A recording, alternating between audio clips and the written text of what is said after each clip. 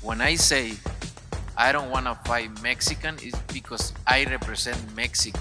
I feel like Canelo's a fucking pussy. Canelo doesn't jab anymore. He looked for one shot now. You know, I mean, the end is there for Canelo. David Benavidez, the undefeated Mexican monster, is leaving no doubt about his intentions. Maybe the most feared fighter in boxing. Ever see Julio Cesar Chavez in his prime? I'm talking about the daddy. I'm talking about one of the greatest fighters ever.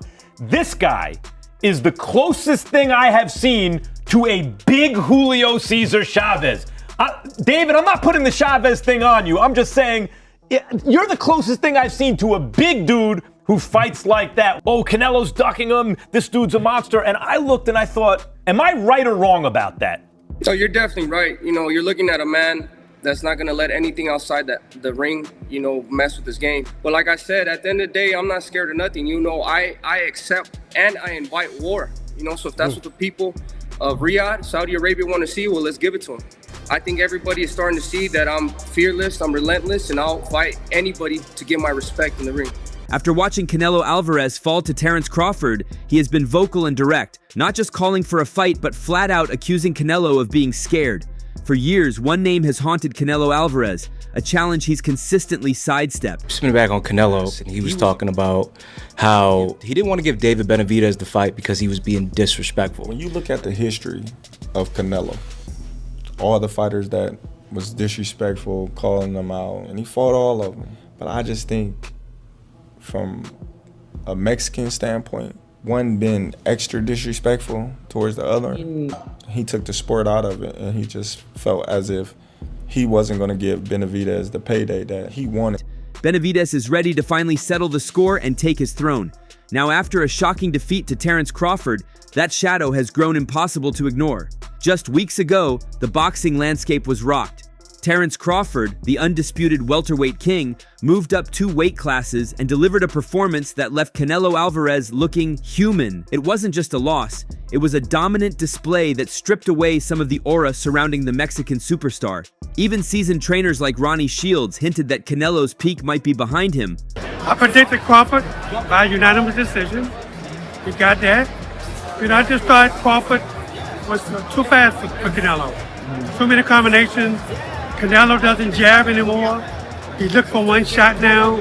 You know, I mean, the end is there for Canelo. While Oscar De La Hoya offered a telling breakdown of exactly where Canelo went wrong. This wasn't just another fight. It was a profound moment that opened the door for a challenge that has been simmering for far too long. In an exclusive interview with Inside the Ring, David Benavidez himself acknowledged Crawford's historic achievement. He extended a great congratulations to Crawford, recognizing that he's reached a place in history few fighters ever accomplish. Benavidez emphasized that Crawford should be on the Mount Rushmore in boxing for moving up 3 weight classes and becoming undisputed champion at super middleweight. He added, "Not only is he a great fighter, but you could tell in that fight how much of a dog he is," suggesting other fighters could learn from Crawford's heart. First of all, I just want to give Terence Crawford a great congratulations. You know, he's reached a part in history that only so many fighters get to even accomplish in boxing. You know, he's one of the greatest of all time. There's nothing, you can't take that away from him. Terence Crawford should be on the Mount Rushmore in boxing because not only did he go up 3 weight classes, he beat one of the best fighters of his generation. I don't remember any time in history where anybody has come up from 147 pounds and won the super middleweight championship. Not only just won, but the undisputed. He's won every single title. So, you know, man, that man, not only is he a great fighter, but you could tell in that fight by seeing this combination right now how much of a dog he is. You know what I mean? And I think a lot of fighters could take a lot of notes from Terence Crawford, not only physically, but as take notes in the heart aspect. And I give it all up to Terence Crawford. You know, he's one of the greatest of all time. And, you know, we salute Terence Crawford. Long before Crawford delivered his stunning blow, David Benavidez had been relentlessly pursuing Canelo, a ghost in the super middleweight division. I got 3 WBC belts right here. I'm the best in the division.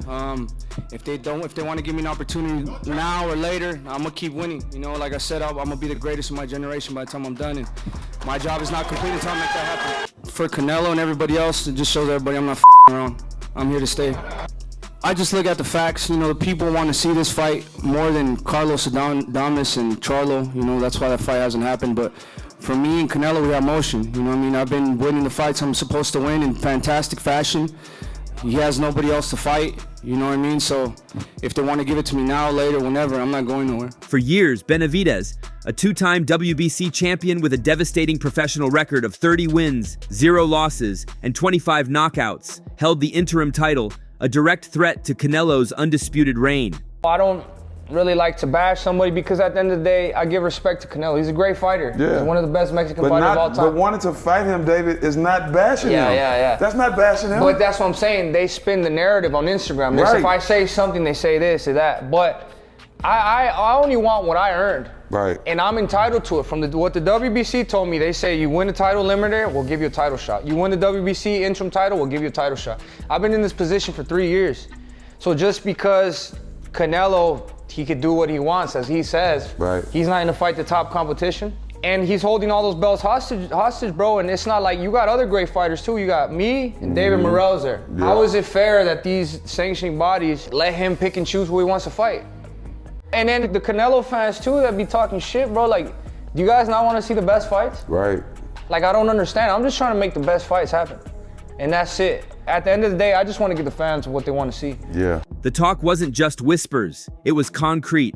Reports surfaced of a staggering $70 million offer extended to Canelo for the showdown, an offer Benavidez himself confirmed, adding he'd accepted a flat fee of $5 million just to make it happen. I'm not scared of nobody. I've heard everybody that's been in front of me, and Canelo's no different. And I will hurt him too, and I'll take all his belts. It's crazy that he asked for $150 million or $200 million to fight me, but he still has the nerve to say that I don't bring nothing to the table. So if I didn't bring nothing to the table, why are you asking for more money than you won in your whole career if I don't mean anything? Maybe after he gets that money, he can buy himself a pair of balls.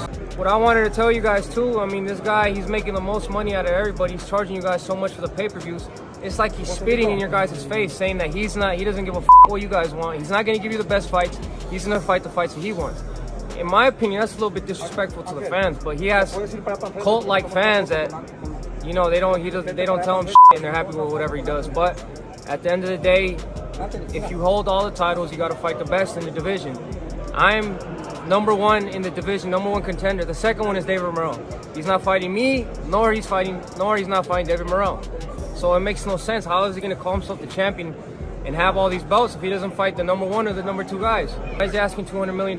Why, when they bring my name up with him, that's the most money he's gonna make. When he fought Amir Khan, he outweighed him at like 25 pounds. But, you know, I think it's just he's running out of excuses and running out of things to say, but that's just how it is. I guess that's when you're the cash cow, you can do whatever you want.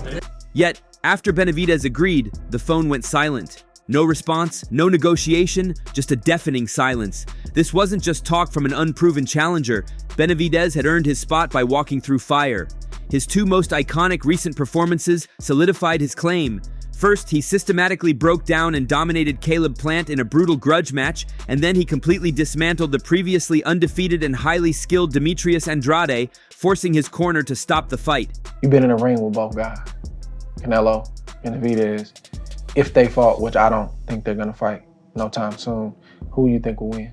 Man, that's hard to say. I think both have pros and cons. You know, I feel like the things that Canelo does better than David. There's things that David does better than Canelo. In a way, I'm not comparing it to this fight, but it's like the better be of Bivol fight. You can say who you think is going to win. You can't say like, oh man, I'm surprised that Bivol won, or I'm surprised that better be of won.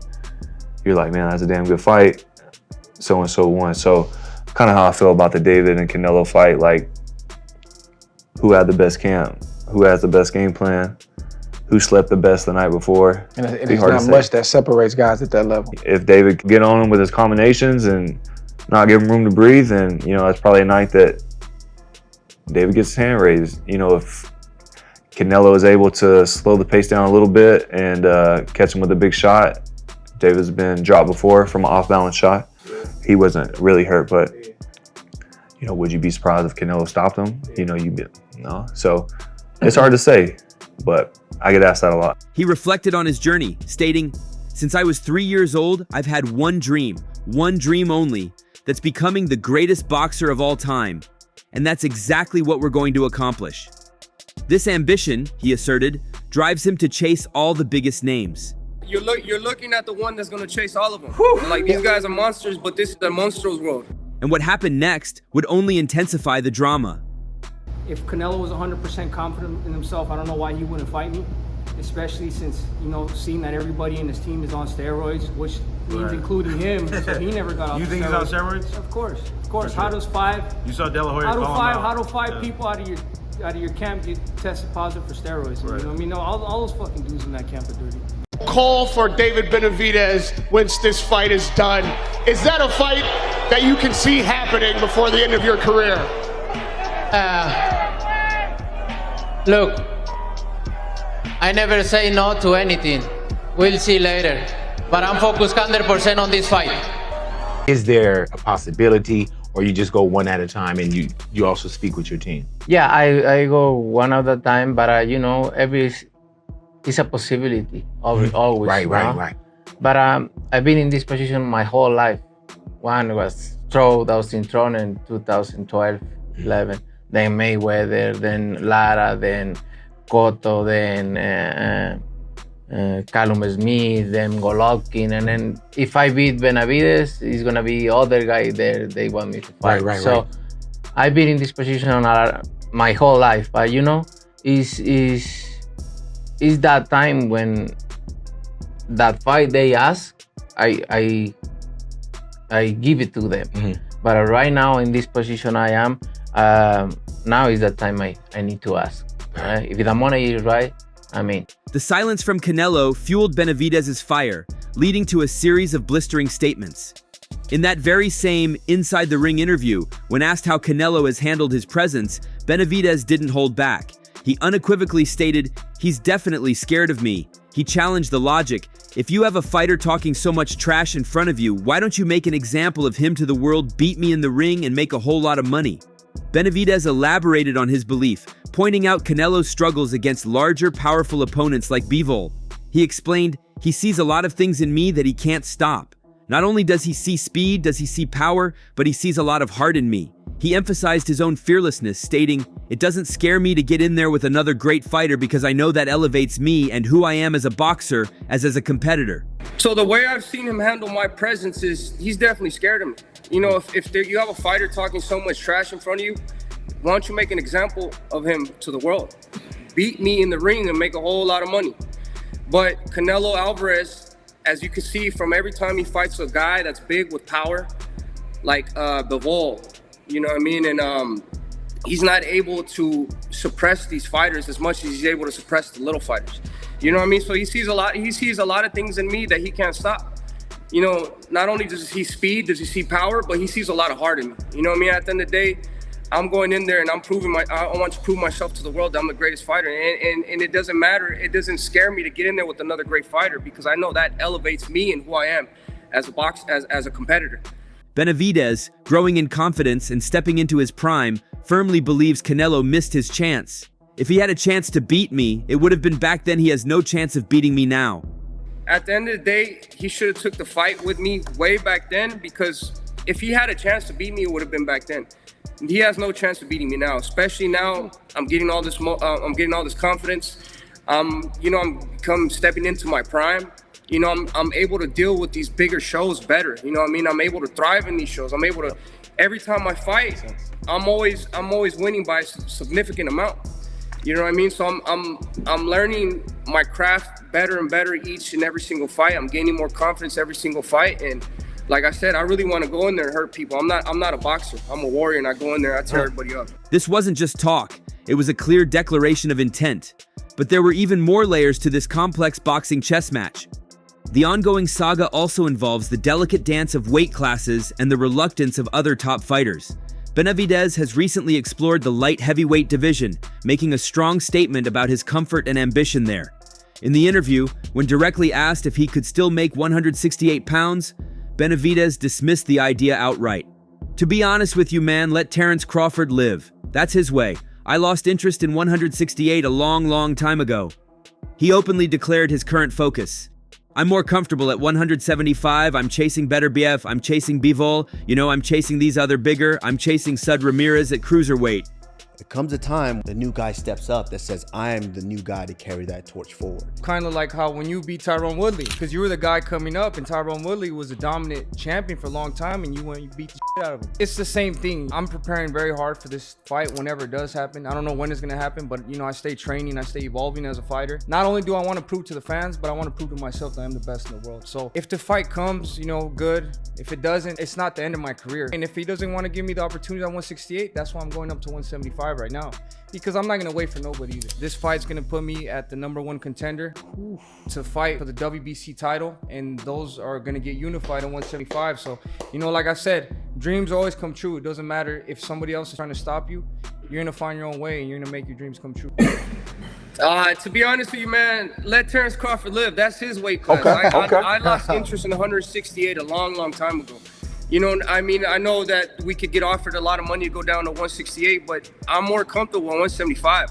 I'm chasing better beef. I'm chasing Bivol. I'm chasing these other bigger. I'm chasing Zurdo Ramirez at cruiserweight. You know what I mean? So I've been at 168, but I have no interest in going down. This move further complicated the Canelo narrative, suggesting Benavidez might outgrow the division where Canelo held all the belts. Adding another twist, after Crawford's monumental win, his trainer, Brian Bomac McIntyre, was quick to dismiss any notion of a future fight with Benavidez, emphatically stating, "We're not interested in that." This left Canelo in a peculiar position, seemingly with fewer excuses to avoid the one fight everyone wants to see. It's not that important to me to watch Canelo get beat like a rag doll over the ring. It's not that important to me, bro. And that's what's going to happen if you fight David Benavidez. So the only reason that we really interest you is that you have to see that. I don't care to see Canelo get beat up like that. It doesn't really... I'm not saying he gets beat up, but I think he gets hammered. Okay, but regardless. So if David Benavidez wins the fight, that's my point. I think David's going to be the next star. And Canelo has to do what great Mexican legends do. They fight the next guy. They all do that. I want that. I think that's important for the legacy of the sport, for the legacy of the Mexican. That's the problem. Why do we have to therein care lies more the than problem. Canelo, though? But Canelo, what Canelo does care about? The green. Wow. The green, obviously. 150, 200 million, he cares. In life, there's everything 200 is million, about that there's now. 200 million thoughts about caring for that fight now. So, okay, listen, we make that fight. However we make that fight happen, I think it's important for that fight to happen. I really do. I think David Benavidez has that star quality to be the next face of boxing. And beating Canelo, I think, really matters. Yet Canelo still had options, or so it seemed. Canelo now finds himself at a critical juncture in his illustrious career. With the Crawford defeat still fresh, the possibility of a rematch has been firmly ruled out, opening up his schedule. He still has contractual obligations for 2 more fights, and speculation is rife about his next move. Many observers see Benavidez as the undisputed, logical choice, a fresh, dangerous opponent who has earned his shot. They're going to say, yeah, you fighting, but you're avoiding the monster. You understand me? That's going to tank the rest of his career if he keeps trying to fight. Well, it's tough to say because he's made enough money that he can retire. He really has nothing else to prove. We saw him go up. He did but he tested himself all the way up as far as he could go. He won the light heavyweight title, then he lost to B-ball. So that shows that the light heavyweight was his ceiling. And that's good enough. Really, right now, he got nothing else to prove.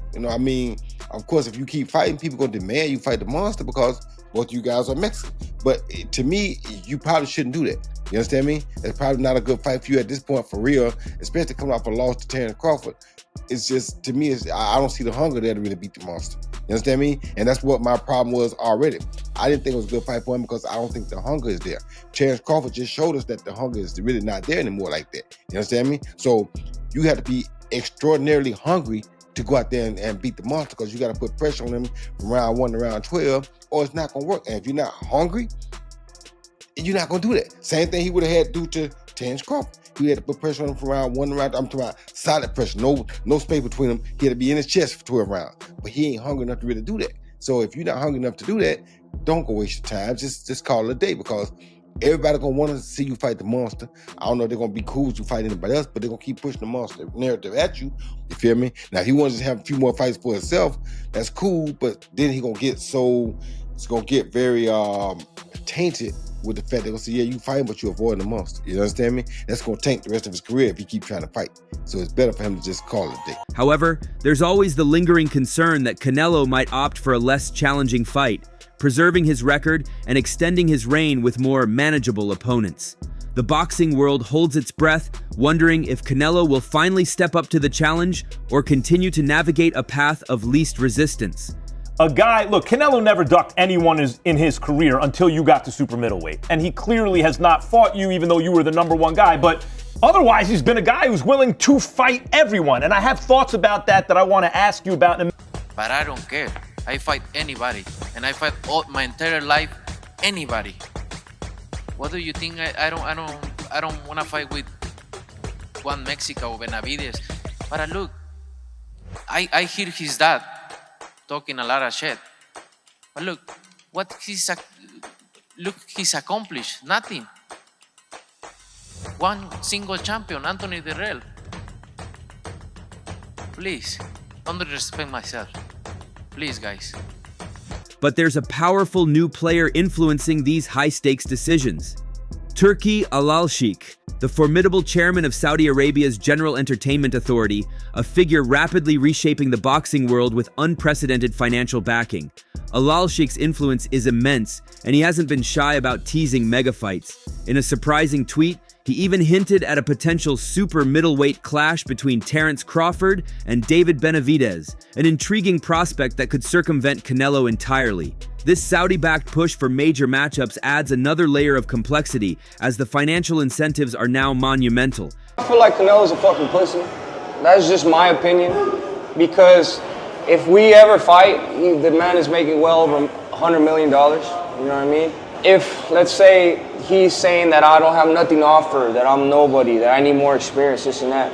If you're gonna make $100 million fighting somebody that has no experience, that he sucks, this and that, all this shit that they've been talking about me, why would you not come beat my ass and collect a big bag on my head after the fight? Like, this is the same shit I'm doing with David Morrell. You know what I mean? It's the hardest fight, but fuck, I'm not scared of nobody, you know what I mean? Like I said, I embrace the challenges.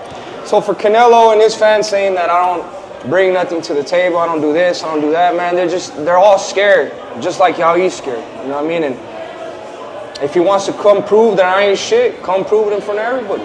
It's that easy. Canelo's own contract with Riyadh Season means his future fights are deeply intertwined with these powerful new forces, making the politics of boxing as compelling as the action in the ring. The simple truth is that Benavidez versus Canelo isn't just a fight. Benavidez represents the undefeated, relentless force that Canelo has. Fans are tired of the excuses and the detours. They want to see the best fight the best, especially when one is making such bold claims of avoidance. The perception of Canelo being scared isn't going away, and it's starting to overshadow his undeniable accomplishments.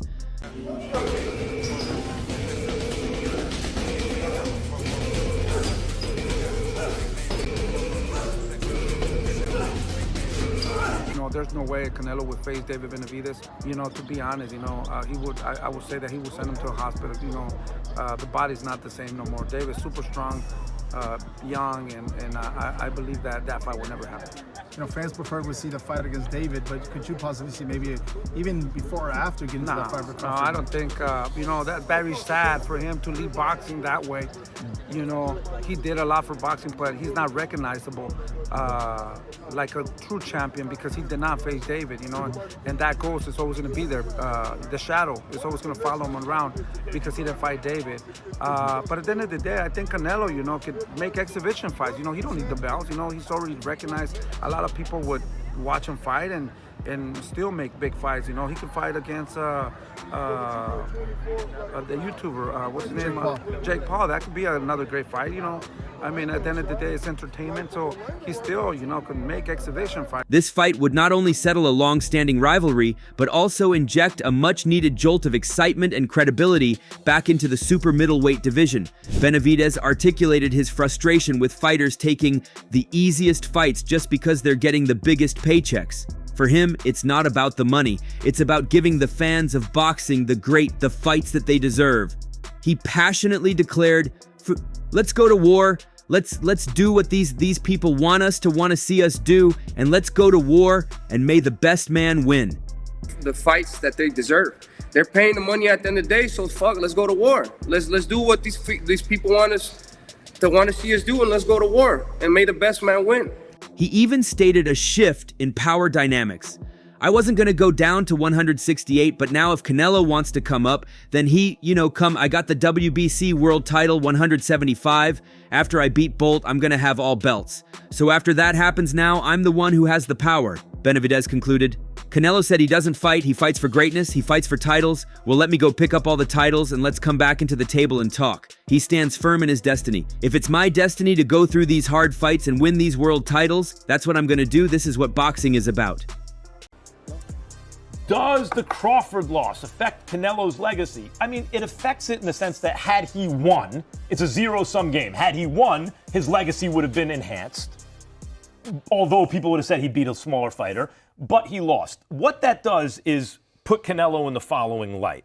When he fought the best fighters who could also box, who could also move of his era, he lost. I don't mean he had trouble with Lara and the fight could have gone any way, or either way, or Austin Trout and it was competitive. I mean when he fought Floyd Mayweather, pre-prime, he was pre-prime, fought Floyd Mayweather, he lost. When he fought Dimitri Bivol, who actually is a naturally larger fighter and in his prime, and Canelo maybe was towards the tail end of his, he lost. And when he fought Terence Crawford, who, largely because he beat Canelo, is considered an all-time great, he lost. So, what comes next for the Mexican monster and the P4P king? David Benavidez continues his relentless pursuit, his confidence unwavering, ready to prove his worth. Canelo Alvarez, on the other hand, faces an unprecedented crossroads. With his aura dented and his options narrowing, the pressure to confront his most persistent challenger has never been greater. Hey Caleb, if Canelo doesn't choose to fight Benavidez throughout his career, do you think that tarnishes his legacy just a little bit? I don't know. I can't say he's had a great fight, a great career. You know, he's had a lot of big fights. You know, he's still a Hall of Famer. So I think that he's a very accomplished fighter already as it is. He's fought Triple G. He fought Kovalev. You know, he's a boogeyman. I mean, a lot of people didn't want to fight him. Bivol, you know, another tough fighter, Cotto. So he's taken up a lot of fighters. You know, I don't think they'll see it that way. I mean, although I would say that a lot of us boxing fans want to see the fight. If he doesn't take it, it's not going to affect his legacy, but, I mean, it would just leave us with the question of what would have happened, what could have happened, right? Will he finally silence his critics and step into the ring with Benavidez, or will his legacy forever be marked by the fight he chose to avoid? The answers will not only define the twilight of Canelo's career, but also shape the very future of the super middleweight division. So that's all from today's video. If you enjoyed it, remember to leave a like, subscribe, and ring that bell icon so you never miss our upcoming videos. And don't forget to share your thoughts in the comments section. Stay tuned, and we will catch you in the next video.